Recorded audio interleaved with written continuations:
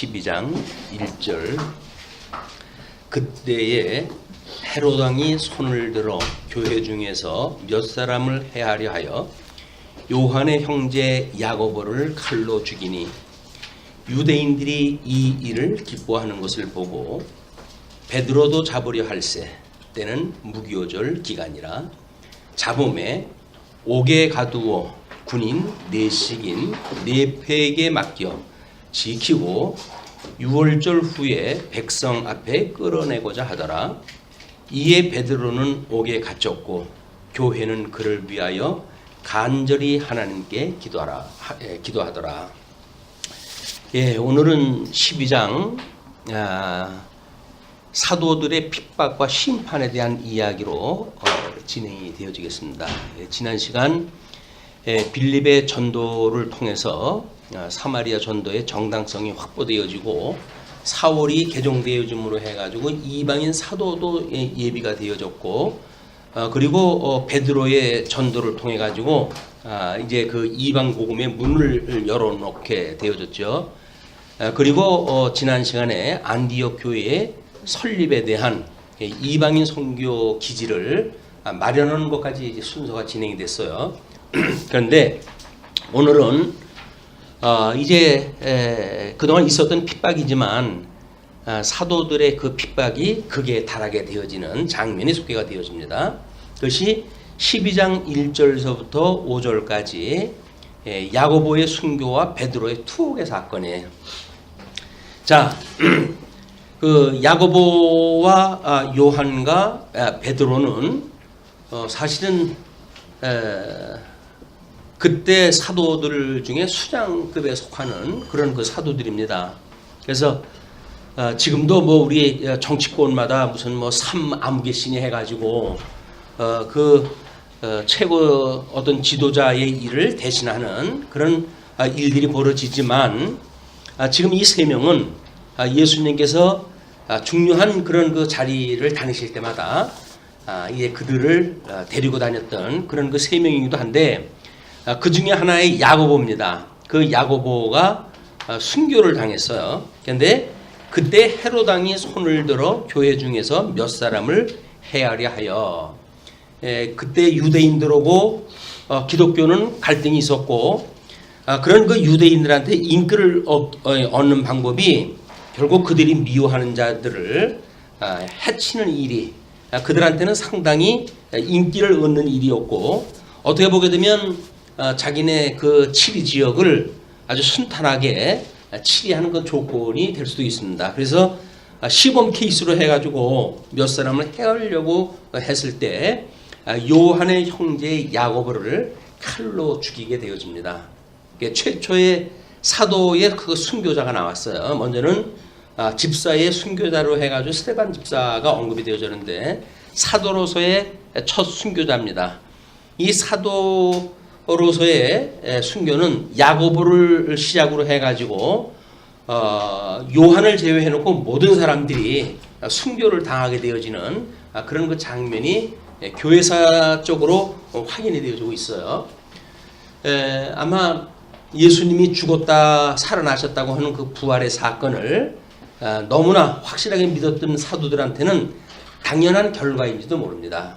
그러나 지금 그때 당시에는 복음을 증거하는 그런 그 일이 막중한데 그 요한의 형제 야고보를 칼로 죽이고 유대인들이 이 일을 얼마나 기뻐하는지 그 기뻐하는 것을 보고 베드로도 잡으려고 할세 때는 마침 무교절 기간이 되어졌어요.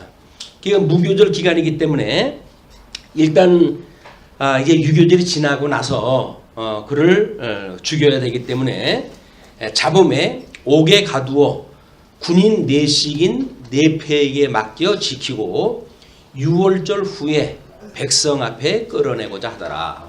이는 그 군인들을 지금 그 간수를 해가지고 지키게 했으니까 군인 4명이 한 번 이제 그 순번이 올 때마다 4명씩이 붙는 거예요. 아마 이제 그런 그 옥문을 지키는 자에다가 또는 이때의 특수적인 걸로 보아가지고 베드로가 전과가 있잖아요. 먼저 옥에다 가다 놨더니 나중에 그 하인들을 보내봤는데 오게 없어요. 그래가지고 이게 어떻게 된 일이냐 했더니 들리는 소문이 지금 예루살렘 성전에서 말씀을 전하고 있습니다. 이런 이야기를 듣고는 이 사람들이 그 놀란 일이 있었는데 그거를 방해하기 위해 가지고 미리 아주 철저하게 지금 지키는 방법입니다. 군인 대식을. 그래서 아마 이때는 모르게 몰라도 2명은 출입문 쪽을 지키고 2명은 아마 베드로하고 함께 뭐 수갑을 차놓고 꼼짝달싹 못하게끔 아마 이렇게 아마 지키고 있었던 것이 아닌가 뭐 그렇게 한번 상상을 해볼 수가 있어요. 그 발목에다가 이제 새 그런 그 족쇄를 채우게 되어지는데 그때 도망가지 못하도록 특별한 그런 그 간수를 갖다 세웠던 이런 그 일들이 소개가 되어집니다. 이 일이 소개되어진 것은 이제 앞으로 주님께서는 우리 예수 그리스도께서 이제 사도들이 제자들이 이제 그런 그 전도 여행을 보냈을 때 돌아오게 되죠. 돌아오게 되니까는 그들이 예수님한테 이제 보고를 합니다. 뭐 귀신이 나가고 환자가 일어나고 대단했습니다, 주님. 이렇게 이야기를 했더니 이렇게 사람들이 이제 그런 그 사람들에 대한 이런 것이 중요한 것이 아니라 너희들은 생명록이 하나님의 그 생명록에 기록되어 있는 것이 중요하다. 이렇게 일러준 바가 있어요. 그리고 신앙 고백을 통해 가지고 우리 베드로한테 뭐 세상 사람들이 나를 누구라고 하더냐라고 이야기했다 했더니 뭐 엘리야라고 하는 사람도 있고 뭐 엘리사라고 하는 사람도 있고 이렇게 이야기했다 하다. 또는 우리 세례 요한이라고 하는 사람들도 있고 죽었던 사람이 이제 살아났다고 하는 그런 그 차원에서 그렇게 고백을 하니까 예수님이 물어봅니다. 그래, 그럼 너희들은 나를 누구라고 그러냐? 라고 이야기했다 하니까 베드로가 우리 주는 우리 예수님은 그리스도시고 살아계신 하나님의 아들이십니다. 라고 고백을 했어요. 그러니까 예수님께서 이런 성령께서 알려주지 않으면 알 수 없는 일이라고 이렇게 일러주신 뒤에 이제 내가 이제 이 신앙 고백을 했던 여기에 주님의 몸된 교회를 세우시는데 음부의 권세가 결코 무너뜨리지 못하는 교회를 세우신다고 약속을 하셨어요. 이것이 예수님이 약속을 하셨던 그런 그 내용이기 때문에 지금 예루살렘 교회도 물론이고 그 다음에 이방인 교회의 기지, 전진기지를 만들어낸 이런 그 상황 속에서 이 사항을 다시 한번 제자들한테 알려주시는 일은 매우 중요한 일입니다. 요거는 지금 지상 사역을 하셨을 때의 이야기예요. 그러나 이 사역을 마치시고 예수님이 부활하시고 성령을 보내주신 뒤에 지금 일어나는 이 교회의 일련의 사건들은 천상에 계신 그리스도의 사역이에요. 이 천상에 계신 그리스도의 사역이 주님의 몸된 교회가 지금 핍박을 받고 있는 가운데 있단 말이에요. 이 핍박을 받고 있으니까 우리 지금 사도행전의 기자는 지금 주님은 너희들과 함께 계셔서 음부의 권세가 무너뜨리지 못하는 교회를 세우신다고 이야기를 했고 뿐만 아니라 성령이 오시게 되면 너희들이 권능을 얻고 땅끝까지 이르러서 증인이 되어진다고 이야기를 했으니까 이제 이 교회를 핍박하고 있는 상황, 이 상황은 우리 주님께서 허락하신 일이라는 거예요. 우리는 하나님을 마치 우리들의 조력자로 여기기 때문에 마치 우리가 중심이 되어지고 성도가 중심이 되어지고 우리 하나님은 우리 뒤편에 우리를 도와주시는 분 정도로 우리가 생각을 하잖아요. 그것이 아주 잘못되어진 신앙생활의 패턴입니다. 우리 신앙생활이라고 하는 이야기는 천상에 이 계시여가지고 지금도 우리 하나님 보호자 우편에서 주님의 몸된 교회를 친히 온전케 해가시는 사역을 하고 계시다고 하는 걸 믿는 것이 성도들의 신앙이에요. 그러니까 우리가 환난을 당할 때마다 우리 주님 앞에 기도하는 일이죠. 그것이 우리 주님의 몸된 교회가 지금 이렇게 핍박을 받고 있습니다.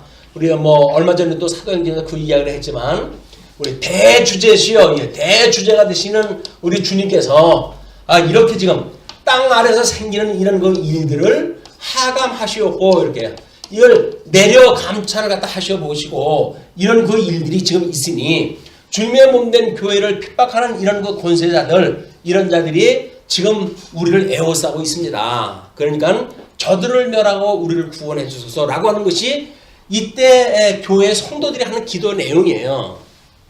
근데 우리는 교회를 위해서 기도하는 것이 아니라 내 일상을 위해서 기도를 또 하다 보니까 우리 일상에 어떠한 일들이 만들어지게 되면 저 사람은 신앙생활을 어떻게 하길래 상황이 저렇게 되어질까? 라고 하는 쪽으로 우리의 해석이 돌아가게 되어지는 거예요. 뭐 병이 들게 되면 저 사람은 신앙생활에 문제가 있구나. 이렇게 이제 보기도 하죠. 그런데 그렇지는 않습니다. 여기서 일어나는 이 환란이라고 하는 그 이야기는 사단이 주님의 몸된 교회를 공격하는 일이에요. 거기에서 우리가 과연 주님의 몸된 교회 성도로서 주님의 말씀을 어떻게 믿고 살아가는가에 대한 문제가 요한계시록에서 이야기하는 이기는 자예요. 이기는 자. 이 하나님께서 이 이기는 자에게 되어진 약속들이 이제 요한계시록 7교에 나오잖아요. 이 이기는 자라고 하는 그 이야기는 예수님이 오시기 전에 우리 이스라엘 백성들의 선민국가를 보게 되면 우리 이제 여기서 이렇게 창건되어진 우리 선민국가가 분국이 되어지고 급기야 포로 신세가 되어지잖아요. 이때 이 회복이 이제 이루어지는 사건에 대하여 우리 로마서에서 사도 바울은 이렇게 이야기를 하죠. 많은 사람들이 하나님 앞에 이제 부르심을 입었지만 여기서 남은 자, 여기 회복에 이르는 자들, 남은 자, 언약에서 도태되어지는 자들은 전부 하나님 나라의 회복에 이르는 자들이 아니에요. 얘는 이 남은 자만 구원, 이 회복에 이른다는 이야기거든요. 구약 성경의 이 남은 자에 대한 사상이 우리 요한계시록에 가게 되면 이기는 자의 사상하고 연결되어져 있는 거예요. 왜냐면 야 봐라, 우리 주님께서 모세 오경의 약속대로 주님의 몸된 교회를 세우시고 그 다음에 이 하나님의 그 가나안 땅에 너희들이 들어오게 되어지게 되면 일찍이 하나님을 떠나고 우상 숭배를 하고 그렇게 살 것이야. 그렇기 때문에 내가 너희를 만방에 흩을 것이다 라고 약속이 되어져 있었어요. 이미 모세오경에. 그러니까 선지자들이 예언 활동한 것이 뭡니까? 이 유수 사건에 대한 현재에 대한 일을 일일이 고발을 갖다 하는 거예요. 너희들이 이런 죄 저런 죄 이런 그 죄를 졌지? 이런 것 때문에 하나님의 이런 너희들 위해 세워놨던 나라를 하나님께서 포로로 이걸 지금 유수 나라를 잃고 왕이 눈이 뽑혀가지고 주권을 상실하고 유수의 신세가 되어진 것은 너희들의 죄 때문에 되어진 것이야. 이렇게 이야기가 되어진 거예요. 이거는 이미 모세오경에 약속되어진 상황이에요. 약속되어진 상황. 그렇기 때문에 이 유수라고 하는 그 이야기는 과거에 불순종, 이 죄라고 하는 불순종 때문에 이루어졌다는 거 아닙니까? 이것이. 자, 그러면 현재의 유수사항, 포로가 되어진 것은 과거의 불순종으로 말미암은 것이야. 그러나 하나님의 약속이 하나가 더 남아져 있어. 그것이 뭐냐면 미래에 대한 약속이에요. 이것이 너희들을 끝내 나에게 돌아오는 자, 마음을 다하고 뜻을 다하여 나에게 돌아오는 자는 나는 너희의 하나님이 되어지고 너희는 나의 백성이 될 것이야 라고 하는 약속이 남아져 있다 라고 하는 회복의 약속이 남아져 있는 이거를 증거하는 일이에요. 구약 선지자들이 전부 한 이야기가 이 이야기 한 거예요. 이 이야기. 뭐 복잡한 거는 그 이야기가 많이 있죠. 그러나 그냥 시제상 이걸 놓고 이야기를 한 거예요. 너들 현재 포로로 끌려가는 이런 상황은 과거에 하나님 앞에 불순종했기 때문에 그러는 것이야.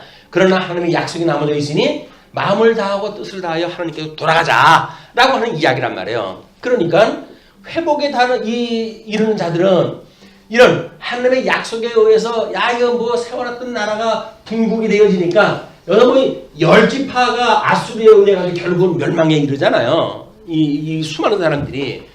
그리고 달랑 한 지파가 남았는데 그것도 바벨론에 지금 포로로 끌려갔단 말이에요. 이런 절체절명의 사건이 하나님께서 약속대로 이루어 가신다는 거예요. 이게 하나님의 그 권능을 보여주시기 위해서 이걸 보여주는데 여기서 인간들은 아니 하나님이 어떻게 이런 사랑이라고 하는 하나님이 사람들을 이렇게 죽이고 전쟁을 해가지고 이럴 수가 있습니까? 저럴 수가 있습니까? 라고 하면서 인간 중심의 일을 강구하고 이거를 뭔가 시도를 얻고 살아가다 보니까 주님의 몸된 교회 와서도 전부 그 타령을 하는 거예요. 교회가 세속화되어진다는 이야기는 뭡니까? 지금 이런 물질주의, 물질 만능주의에 나도 그냥 그 자리에 살겠다는 거예요. 그리고 하나님은 상관이 없습니다. 지금 내 여건이 어떤 거에 우리는 관심이 있지. 그러니까 다른 사람의 아픔을 위로하기는커녕 아니 믿음이 좋다는 사람이 왜 병이 들린대? 라고 해가지고 다른 사람 그런 그 일들이나 하고 이게 하나님을 믿지 않으니까 그런 일들이 만들어지는 거예요. 하나님이 어떠한 분인지 모르니까 이렇게 만들어진단 말이에요. 그게 세속주의 사건이다.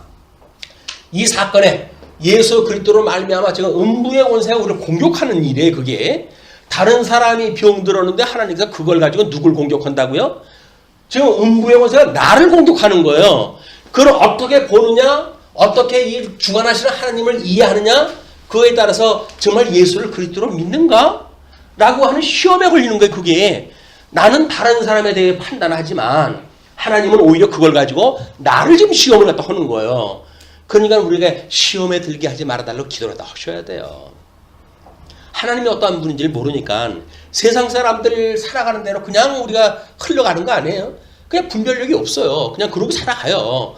그것이 하나님이 좋은 뜻이 싫어한 뜻인지도 모르고 세상 사람들하고 똑같은 방법으로 살아가다 보니까 이런 엉뚱한 우리의 잘못을 저지게 되어진다. 그런데 이것은 오히려 뭐 여기서 사단에 의해 가지고 지금 환난을 겪고 있는 사람도 시험이죠. 그런데 그거를 비난하는 사람도 하나님께 주시는 비난이에요. 이게 이제 환난이에요. 시험이에요. 우리는 그런 시험에 들지 않도록 하나님 기도를 다 해야 된다. 끊임없이 우리 슬퍼하는 자와 함께 슬퍼하고 기뻐하는 자와 함께 기뻐하는 것이 주님의 몸된 교회 지체의 원리 아닙니까? 이게 하나의 성도라고 한다면 예수 그리스도 안에서 사랑하는 지체끼리 살아간다는 이야기는 뭐예요? 여기에 공감을 하고 살아가라 그 이야기야. 아픔은 함께 우리가 아파하고 기뻐하면 함께 기뻐하고 라는 공감을 누리며 살아가라는 이야기예요. 이런 공감이 없어요. 마음이 전부 돌밭이 돼가지고 이런 공감을 느끼지 못해.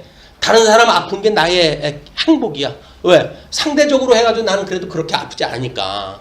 근데 오히려 그것이 더 미혹거리에 우리가 빨려들어가는 것이 놓치게 되면 우리는 신앙생활 좀 잘못하고 있는 거예요. 신앙생활을. 지금 우리들이 하는 일은 우리 여기서 우리 인생의 제일 본분이 뭐라고 그랬어요? 우리 하나님 한 분을 경외하는 일이라고 그랬잖아요. 우리 인생은 하나님을 경외하는 일이에요. 그냥 찬송을 드리는 일이에요. 경외라고 하는 일이 뭡니까? 하나님의 만사를 지금 하나님의 계획대로 하나님의 뜻을 따라서 섭리하시는 거 아니에요? 그냥 모든 걸 범사에 인정하는 일이에요. 이게 범사에 인정하는 일. 지금 이루어지는 일이 주님께서 일을 주셨네. 그럼 주님께서 이런 일을 왜 저한테 주셨죠? 라고 해서 하나님 기뻐하신 뜻이 무엇인가를 분별하고 살아가는 일이 신앙생활이란 말이에요. 이것을 우리가 다른 말로 해가지고 아멘이라고 우리가 하나님께 이렇게 이야기를 하는 거예요.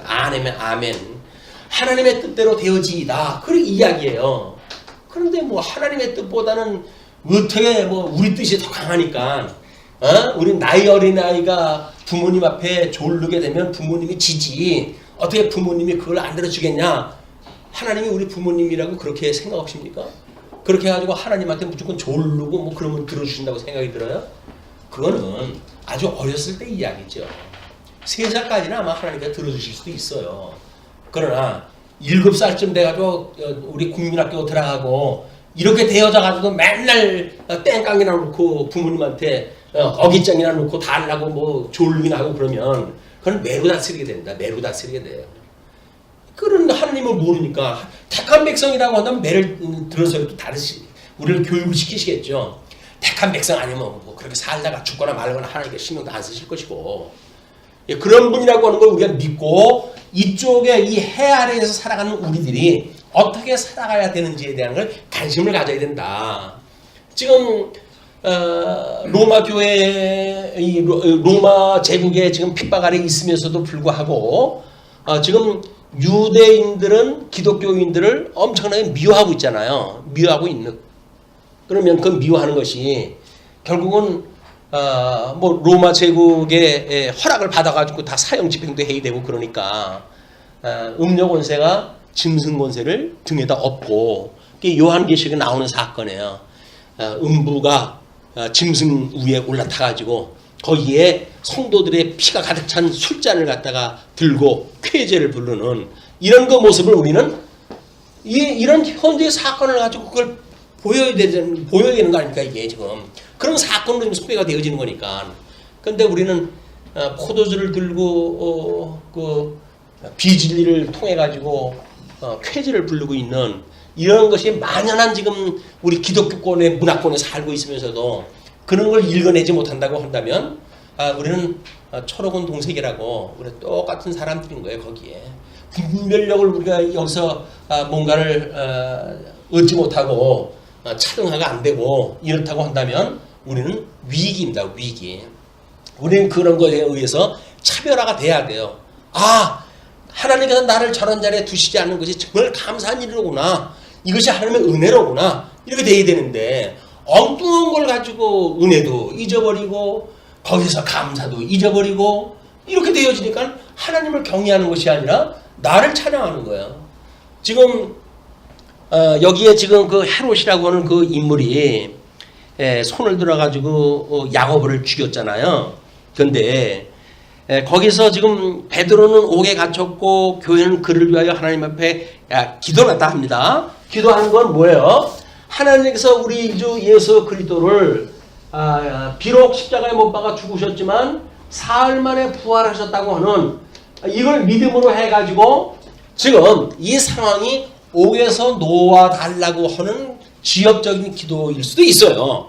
그러나 이 위기로부터 설사 야고보도 지금 죽은 상태니까 아마 베드로가 제일 수장 아닙니까? 그럼 수장으로서 베드로라고 한다면 이미 죽었다고 다 생각할지도 몰라요. 만약 그런 가운데 그를 살려달라고 기도했을 거라고는 생각이 안 듭니다. 뭘 기도했을까요? 우리 주님 부활하셨던 것처럼 베드로가 설사 순교를 당한다 할지라도 그의 영혼을 주님께서 이를 맡아 주관해 주십시오 라고 하는 걸 기도를 했겠죠. 여기서 그럴 수가 있어요. 베드로가 얼마나 열심히 일을 했다고 하는데 그렇게 옥에다 가두고 그걸 갖다 죽이려고 그럽니까? 라고 그거 시비 거는 사람은 아무도 없었을 거예요. 지금 이걸 하감하시었고 지금 이거를 피할 자리가 아니라고 한다면 그가 이 죽음을 하나님 예수 그리스도가 어린 양이 마치 털까 걸어가는 어린 양처럼 십자가의 그런 그 죽음을 당연하게 받았던 것처럼 우리 베드로도 그런 믿음을 버리지 않게 해주세요 라고 하는 기도하지 않았을까요? 그렇게 기도했을 것 같아요. 왜? 노연할 거라고 하는 영감탱심. 야고보가 시몬케에서 죽었잖아요. 살아날 기회가 없어요. 기회가 없는 걸 갖다 구한다고 하는 그 이야기는 억지 주장이죠. 우리들이 여기서 무조건 입을 크게 벌려가지고 졸름을 해준다고 하는 이런 걸 생각을 가지고 하는 기도는 뭘까? 만약에 그때 상황을 보고 하나님이 지금 어떤 섭리라도 해가실까를 읽어냈다고 한다면 적어도 베드로는 순교 다음에 우리 야고보 다음에 순교자로 하나님께서 그를 찍었구나. 그렇다고 한다면 주님 그의 영혼을 지켜주십시오. 이것이 아무리 음부의 권세가 이 공격을 해온다고 하더라도 거기에 결코 무릎을 꿇지 않게 마지막에 해가지고 주님 부정하면 뭐예요? 끝나는 거예요. 그러니까 부정하지 않도록 주님께서 그의 영혼을 이렇게 주관을 갖다 해주십시오라고 하는 기도였을 거라고 저는 생각합니다. 자, 근데 6절로부터 10절을 보게 되면 이제 베드로가 구출이 되어져요. 자, 헤롯이 잡아내려고 하는 그 전날 밤에 하루를 두고 이제 전날 밤이에요. 베드로가 두 군인 틈에서 두 쇠사슬에 매여 누워 자는데, 그러니까 지금 두 군인이 함께 지금 있었던 거 양 사이에 지금 있는 걸로 보아가지고는, 그리고 파수꾼이 문 밖에 이제 옥을 지키고 있었고, 그냥 네 명의 역할이 그렇게 나뉘어져 있던 것 같아요. 호련히 주의 사자가 나타나매 옥중에 광채가 빛나며 또 베드로의 옆구리를 쳐 깨워 이르되. 자, 여기서 하나님께서 물론 이제 여기는 성령이 와가지고 그 일을 다 하지만 천사를 들어가지고 그 일을 맡기셔요. 물론 앞에서도 그 옥에서 나올 적에 천사의 인도함을 받아가지고 옥문이 열려가지고 이제 추억이 되어졌는데, 그러니까 그 천사가 이번에는 더 단단하게 묶인 거 아니에요? 양쪽에 경사도 있고 출입문도 지키고 있고 거기에 사이에 이제 족쇄가 채워진 채로 지금 자고 있으니까 이거는 놓아날래야 놓아날 수 있는 상황이 전혀 아닌 거예요. 근데 천사가 와가지고 그런 그 옥중에 나타난 거예요. 근데 베드로는 지금 이런 상황을 전혀 몰라요. 모르는 것이 호련히 주의 사자가 나타났고 옥중에 광채가 빛나는데 또 베드로의 옆구리를 쳐 깨워요. 그냥 그런 상황은 누가가 성령의 감동을 받아가지고 기록하다 한 내용이지만 베드로는 그 사건을 몰라요. 자고 있었으니까. 그리고 옆구리를 쳐가지고 깰 정도니까 급박한 천사의 지금 그런 그 베드로를 깨우는 작업이 이루어진 거예요. 그러니까 급히 일어나라 하니 쇠사슬이 그 손에서 벗어지더라. 쇠사슬을 지금 채워가지고 거기 있었는데 그것이 벗어져 버렸어요. 천사가 그냥 일어나라고 이야기하다 하니까. 그런데 천사가 이르되 띠를 띠고 신을 신으라 하거늘 베드로가 그대로 하니, 띠를 띈다고 하는 그 이야기는 겉옷에 지금 겉옷을 입는 그런 그 일들은 그 띠를 띠는 걸로 해야지 묶어내는 일 아닙니까? 그것도 벗고 신발도 벗고 이미 두르는 걸로 보아가지고는 이 밤이 죽으면 난 간다. 하나님 앞에 기꺼이 주님 내 영혼을 의탁합니다 라고 해도 깊은 잠이 들지 않았나 싶어요. 이것도 또 성령의 은혜지요. 내일이면 죽을지도 모르는데 이거 어찌할꼬 그렇게 한다면 그 긴 밤을 어떻게 지내겠습니까? 옥이라고 해가지고 참 그 바닥에 누워져 있는 그런 그 베드로의 입장에서 보게 되면, 근데 하나님께서 사랑하는 자에게 잠을 주신다고 그랬나요? 뭐 인간적으로 해가지고 이겨낼 수 없는 상황인데도 불구하고 베드로는 깊은 잠에 들었어요. 깊은 잠에. 그게 하나님의 위로예요. 그게 안식이에요. 지금 이 땅에 감옥소에 있지만은 그 베드로는 깊은 안식을 누리면서 지금 잠이 들었다. 그런데 그런 옷에다가 지금 무장을 갖다 해야 되고, 그 다음에 그 사람들이 샌달이라고 하는 거는 종아리 쪽으로 해서 가죽끈을 갖다 전부 묶는 그런 그 일이기 때문에 상당히 시간이 지체되는 일이거든요. 그런데 그것도 벗고 잤으니까 천사가 이르되 띠를 띠고 신을 신으라 하거늘 베드로가 그대로 하니 천사가 또 이르되 겉옷을 입고 따라오라 한대 베드로가 나와서 따라갈세. 베드로는 지금 비몽사몽 무슨 일인지 몰라요. 천사가 하는 것이 생시인 줄을 알지 못하고 환상을 보는 거 아니라, 야 꿈인가 생신가 지금 깊은 잠을 자다가 벼랑간 옆구리를 갖다가 얻어맞아가지고 정신이 뭐 차릴 만도 한데 그것도 아닌 거야. 그냥 옷을 입고 오는데 이것이 비몽인가 사몽인가 환상인가 이게 현실인가 꿈인가 전혀 상황이 판단이 안 되는 거예요. 그래가지고는 따라 안 돼. 이에 첫째와 둘째 파수를 지나, 파수를 세운 걸 두 군데를 세워놨어요. 그걸 지나가지고 시내로 통하는 세문에 이르니 문이 저절로 열리는지라 나와서 한 거리를 지나매 천사가 곧 떠나더라. 안내하던 천사가 한 거리 정도 지나니까 천사가 어디서 벌써요. 그때서 비로소 정신이 들어온 거예요. 이제 베드로가. 그래가지고 이에 베드로가 정신이 드는 건 이때 들었어요. 옷 갈아입을 때, 뭐 거기 옥문을 2개지나 건너 나올 때, 또는 그 거리를 걸어갈 때, 이때도 전혀 상황 판단이 안 됐어요. 이게 성령께서 인도하시는 베드로의 그런 사건이었어요. 그러니까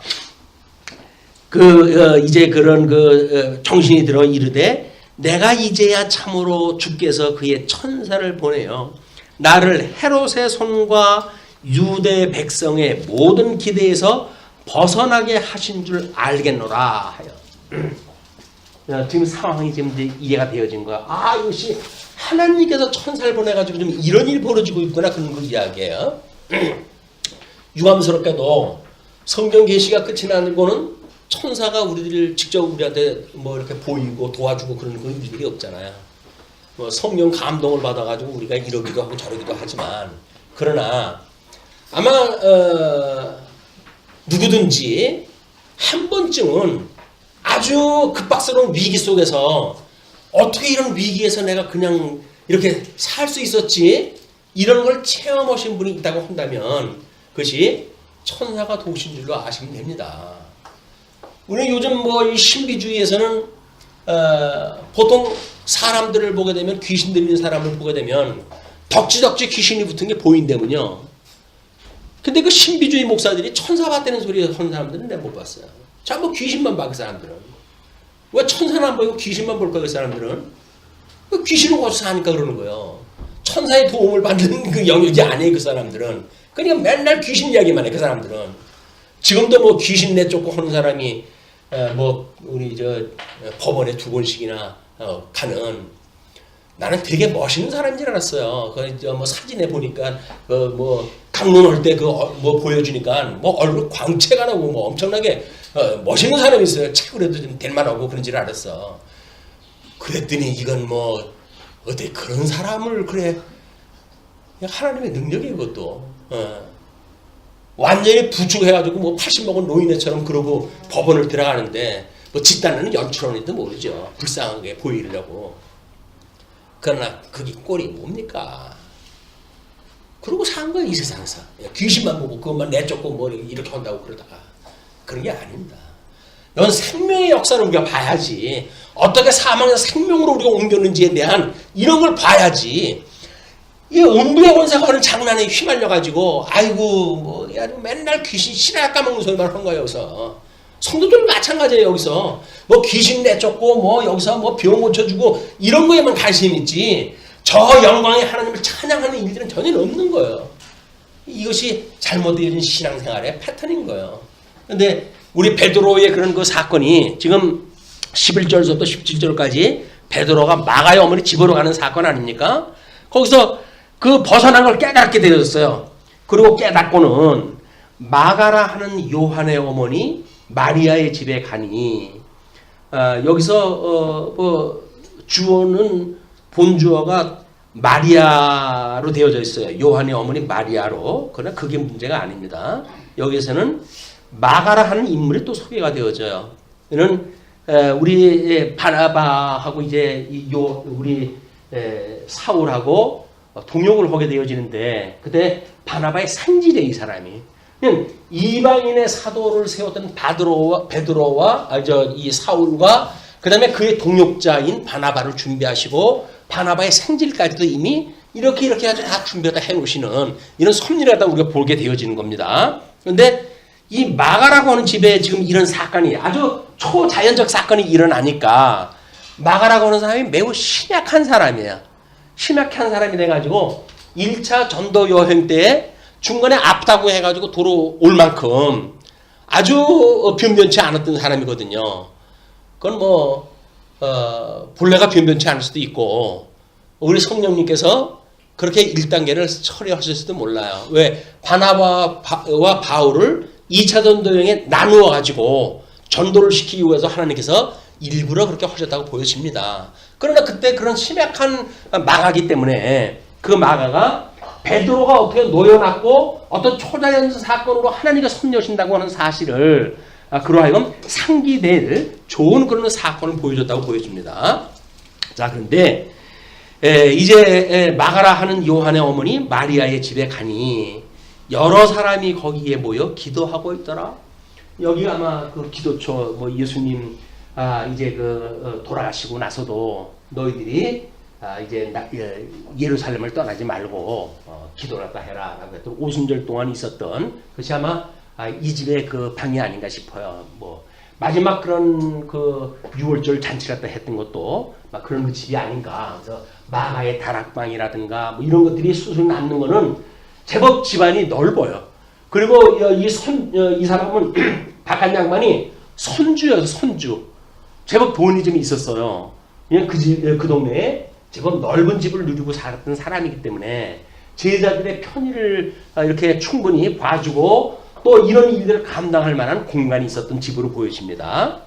그런데 베드로가 대문을 두드린데 로데라 하는 여자아이가 영접하러 나왔다가, 이거는 바깥문에서 앞문에까지 들어가는 제법 거리가 있는 집이에요. 그래가지고 사랑채 쪽에 이제 그 종들이 사는 집이 있어가지고 방문하는 사람들의 문을 열어주고 하는 사람들 이제 그 가정이 있는데 거기에 로데라고 하는 여자아이예요.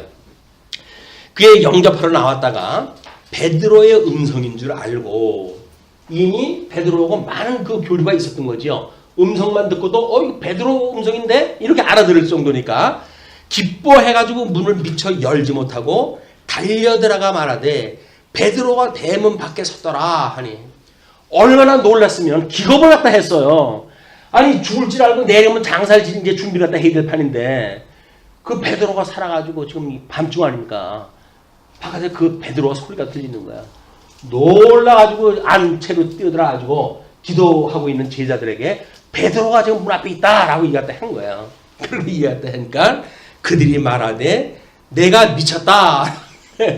뛰어들어가는 사람도 마찬가지고 뭐 여기서 옥에서 나온 사람 베드로도 마찬가지고 그 베드로를 맞이하는 로데라고 하는 그 여자아이도 마찬가지고 기도하고 있는 제자들도 마찬가지고 전혀 일어날 수 없는 사건이 지금 있게 되어진 거예요.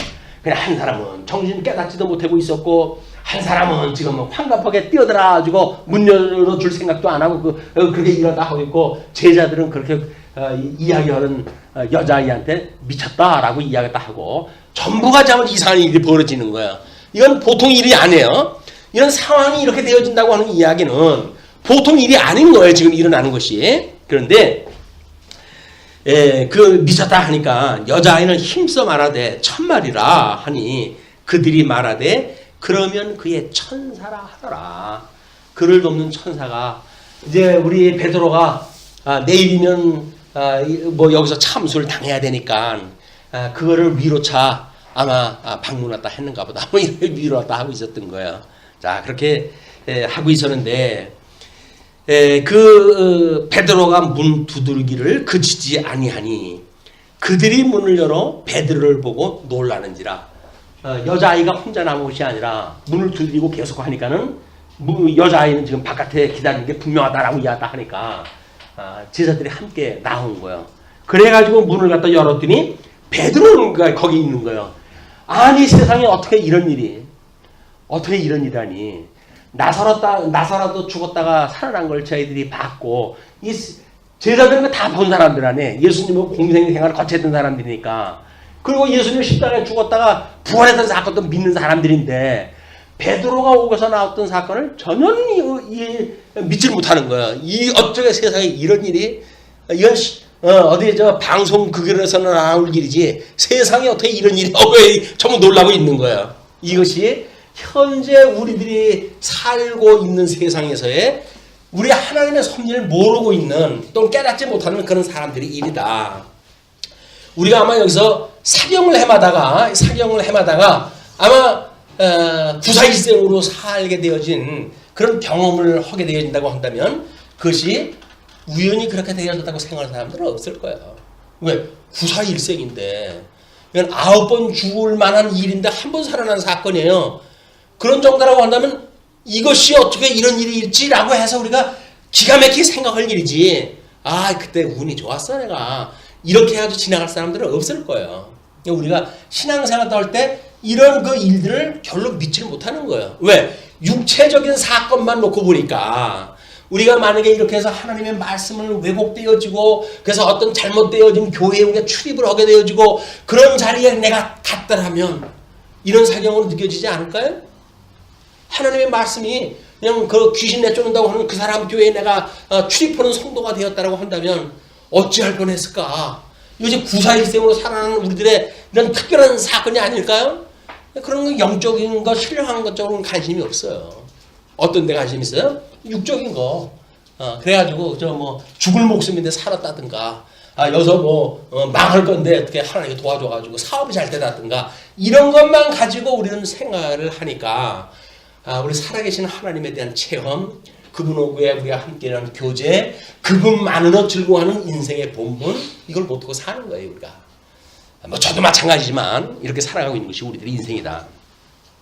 자 그렇게 하니까 이제 그 베드로 보고 놀라니까 베드로가 그들에게 손짓하여 조용하게 하고 밤이니까 그리고 뭐 그게 노출될 수도 있을 수도 있겠죠. 그러니까 손짓을 하고 조용하게 하고 주께서 자기를 이끌어 옥에서 나오게 하던 일을 말하고 자기가 꿈같이 생각했던 그런 그 일들을 지금 제자들한테 그걸 이야기를 해요. 예, 하던 일을 말하고 또 야고보와 형제들에게 이 말을 전하라 하고 떠나 다른 곳으로 가니라. 여기서 말하는 야고보는 나중에 이제 아마 총회장 정도가 되어지는 뭐 예수의 형제가 아닐까 이렇게들 생각을 하더라고요. 예, 이런 다른 곳으로 갔어요. 왜냐면 이미 자기가 있던 근거지가 어딘지를 알고 옥에서 탈옥이 되어졌고 내 이름은 잡아 죽이려고 계획이 세워져 있던 일이니까 지금 이 밤에 거기를 피하지 않으면 안 되는 거야. 얘는 베드로가 이미 다른 데로 피하게 되어진 건데 헤롯이 그를 찾아도 보지 못하며 나리샘의 군인들이 베드로가 어떻게 되었는지 알지 못하여 적지 않게 소동하니 아니 이 두 눈 뜨고 있다가 이게 당해버린 거예요. 이 사람들을. 만약에 여기서 4명씩 이렇게 지키게 했는데 4명이 다 졸았다고는 생각되지 않습니다. 이건 특별 상황이에요. 그리고 그 명령을 냈을 때 엄명이 떨어졌을 거예요. 전번에 얘가 탈옥한 경력이 있어. 너희들 이번에 또 사건이 있으면 너희들 다 죽어. 라고 엄명을 내렸을 거예요. 근데 두 눈 뜨고 이 지경을 당한 거야. 그럼 뭐예요? 우리가 보고 사는 것이 지금 당연한 거 보고 사는 겁니까? 아니에요. 하나님께서 눈을 열어가지고 보게 하는 세계를 봤다? 이건 기가 막히고 코가 막힐 사건입니다. 횡재한 사람들이 누리는 사건이에요. 보이지 못하는 저 영원한 하나님의 나라의 일을 우리가 보고 살아간다고 한다면 우리는 대단한 걸 보는 사람들이에요. 눈에 보이는 거 우리가 나쁜 꼴 안 보는 거는 우리가 지혜로워가지고 그 꼴 안 보는 걸까요? 하나님이 지켜주셔서 그래요. 험한 꼴 안 보게끔. 왜? 주의를 하라고. 험한 걸 안 보니까 왜 우리가 그렇게 이 만연되어져 있는 세속주의에 함몰되지 않았을까요? 눈이 없어가지고요. 웬걸이요? 안목의 정욕으로 해가 쩔어있는 우리들이에요. 근데 하나님께서 그걸 피하게 하시잖아요? 왜 그럴까요? 하나님이 붙들어 주시는 그게 표적으로 다 보이는 거라고요. 근데 그게 표적으로 보이질 않잖아요. 하나님의 능력으로 보이질 않잖아요. 그리고 내가 신앙생활 잘해서 그나마도 나만한 사람이 있으면 나보라 그래. 이래가 자기를 높이는데 헤롯이 죽은 일이 왜 죽었다고 그러는지 보십시오. 기가 막힌 일이 벌어집니다. 그런 적지 않게 소동하니 헤롯이 그를 찾아도 보지 못하며 파수꾼들을 신문하고 죽이라 명하니라. 헤롯이 유대를 떠나 가이사랴로 내려가서 머무니라. 자기 이제 본부 근무지가 있는 쪽이에요. 그쪽에 가가지고 머물게 되어졌어요. 근데 20절서부터 이제 그 24절까지가 박해자에 대한 심판이 벌어지는데요. 12장 20절로 23절 헤롯의 죽음이 소개가 되어집니다. 헤롯이 두로와 시돈 사람들을 대단히 노여워하니 이제 두로와 시돈 사람들이 이 유대 쪽에 이 이스라엘 사람들한테 수입을 갖다 해가지고 먹거리를 수입을 갖다 하는 그런 그 사람들이에요. 근데 뭐가 마음에 안 들었던가 봐요. 요즘도 뭐 정치원 일에 그런 그 일들 많지 않습니까?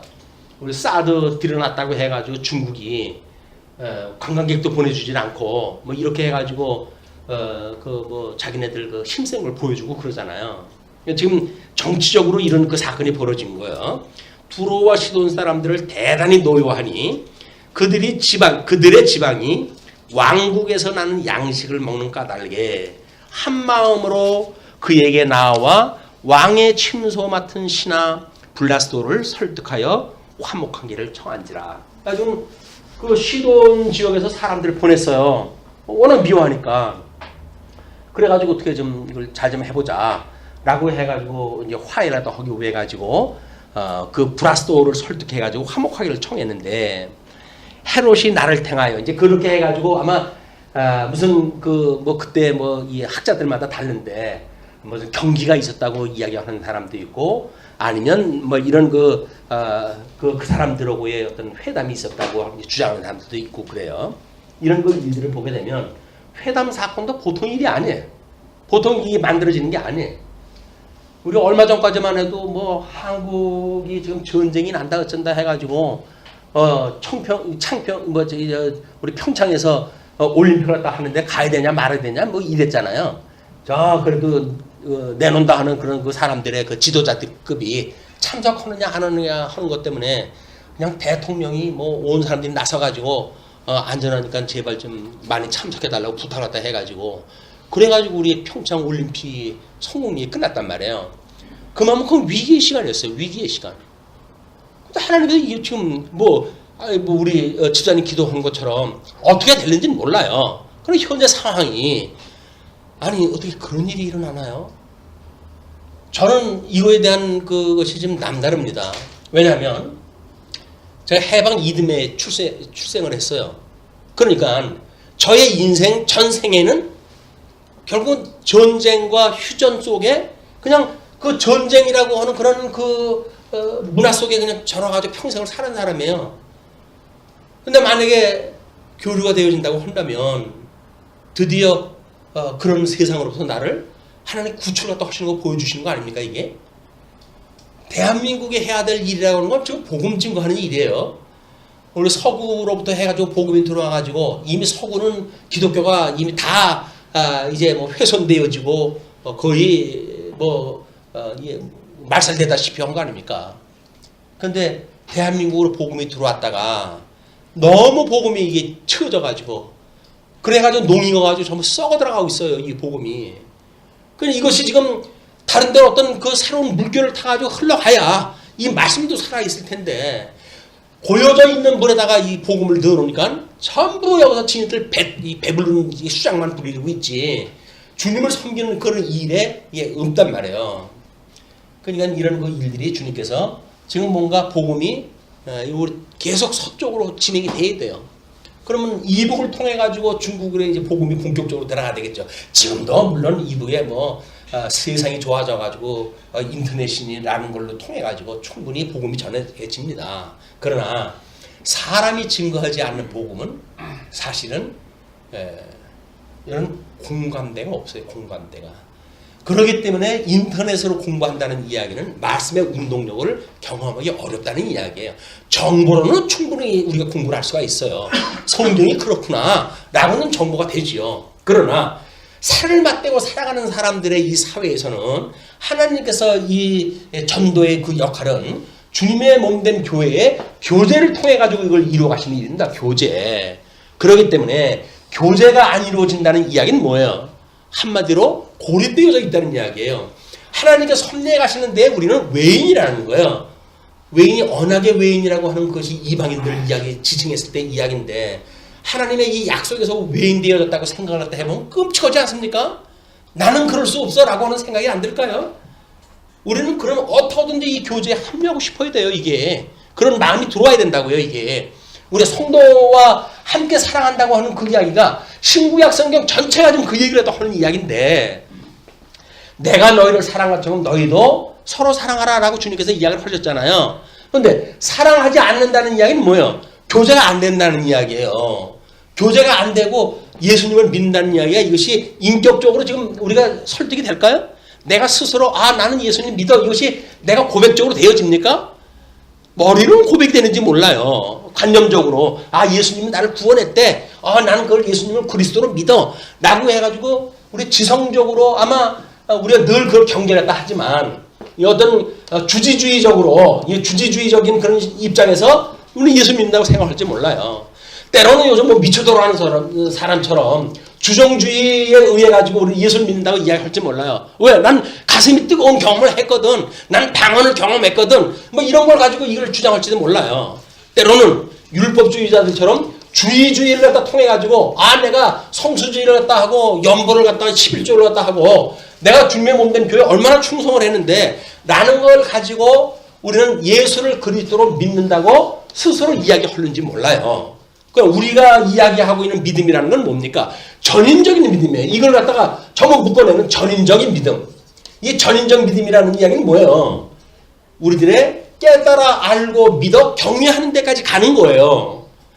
성령으로 우리가 인식되어진다고 하는 성도들의 인식이라고 하는 그 이야기는 하나님의 말씀, 그 교훈을 듣게 되어지게 되면 깨달아 알고 믿어 경외하게까지 가는 전인적인 거를 우리가 믿음이라고 이야기를 한단 말이에요.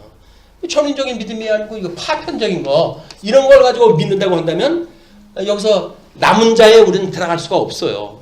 여기서 이기는 자에 들어갈 수가 없어요. 일곱 교회 보게 되면 이 전인적인 걸로 아니고 이걸 가지고 믿는 사람들이 지적이 되어집니다. 그 아주 논리적으로 신앙 공부를 갖다 잘해가지고 신학적인 그런 아주 수준이 높아가지고 어떤 이단들을 갖다 경계하다가 너무 잘해. 너무 잘해. 근데 유감스럽게도 사랑을 버려버렸어요.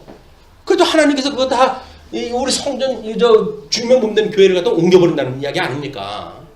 이게 지금 현실 교회도 마찬가지예요. 이런 부분적인 인격을 가지고 우리 예수를 믿는다고 그러는데 관념적인 거는 예수 믿는 게 아니에요.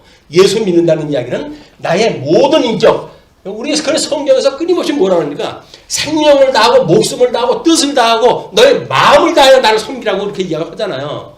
그래서 대충 까짓거 대충 이렇게 해가지고 무슨 예수를 믿는 거예요. 예수 믿는 게 우리는 스스로 속이고 있는 거예요. 나를 속이고 있는 거.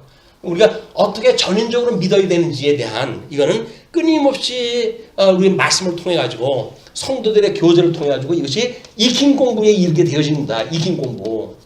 이런 부분적인 것, 이론적인 걸 가지고는 우리가 배운 공부는 될 수가 있어요.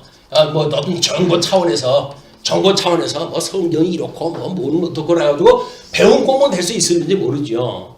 그러나 성도들하고 교제가 없다고 한다면 익힌 공부 할 수가 없어요. 익힌 공부 안 하는데 뭐래요? 그냥 관념적인 신앙생활 하는 거예요. 나는 교회 출석하네 라고 하는 걸 가지고 그 명분이 뭐가 필요해요? 주님 앞에? 내가 예수님을 믿어요 라고 하는데 우리 주님께서 그 명분 뭡니까? 너 교회 나왔어? 너 나한테 연보했어? 라는 거 해가지고 주님께서 물어보실까요? 아니잖아요. 그렇게 했다고 하는 사람들이 지천이었어요. 아니 내가 주님 언제 배고팠을 때 돌아보지 않고 옥에 갇혔을 때 내가 돌아보지 않았단 말입니까? 라는 한것까지 하잖아요. 주님 뭐래요? 마지막 날? 나는 널 모르겠다. 널 도무지 모르겠다는 거예요. 도무지 모르겠다는 거예요. 이것이 전 인격적인 예수를 믿는 일이 아니라 부분적인 정보에 의해서 우리들 어떤 파편적으로 관념적인 것, 감정적인 것 또는 사상적인 것 이런 걸 가지고 예수 믿는 일이 아니다. 우리 하나님의 말씀이 오게 되면 그 말씀은 우리의 교훈과 책망과 바르게 함과 의로 교육에 합당하다고 하는 말씀인데 말씀을 듣고 책망이 안 온다고 한다면 우리 문제가 있는 거 아니에요? 아니 왜 말씀을 듣는데 생명의 말씀을 듣고 하나님의 기준, 하나님이 좋아하시는 말씀을 듣는데도 불구하고 내가 그렇게 살지 않는데도 불구하고 찔림이 없을까요? 그건 이미 철판 깔았다는 이야기예요. 그럴 때 우리는 두려워해야 된다니까요. 이게 두려운 일이 사실은. 이런 그 일로부터 우리 주님께서 이 은혜가 아니면 시험에 우리는 들 수밖에 없고 이 악에서 살아갈 수밖에 없어요. 끊임없이 우리를 이 시험에 들게 하지 마시고 악에서 구해 주옵소서. 이게 기도할 일이다. 어떤 사람은 초대교회 때 하라고 했던 기도기 때문에 지금은 주기도를 딱 안 한다고 주장하는 사람도 있는데 참 별 사람 다 있어요. 성경에 있는 걸 또 하지 않은 사람도 있어요. 1.1핵이라도 만약에 가간다고 한다면 성경에서 이야기하는 모든 벽으로부터 이걸 제외시킨다고 그러는데 겁도 없어 그 사람들은. 하나님의 말씀을 우리가 어떤 걸 버려요 우리가. 자, 헤롯이 이제 그렇게 해가지고 백성에게 연설을 다 하는데 단상에서 백성에게 연설을 다 하는데 백성들이 크게 부르되 이것은 신의 소리요 사람의 소리가 아니라 하거늘 누가 이 이야기를 했을까요?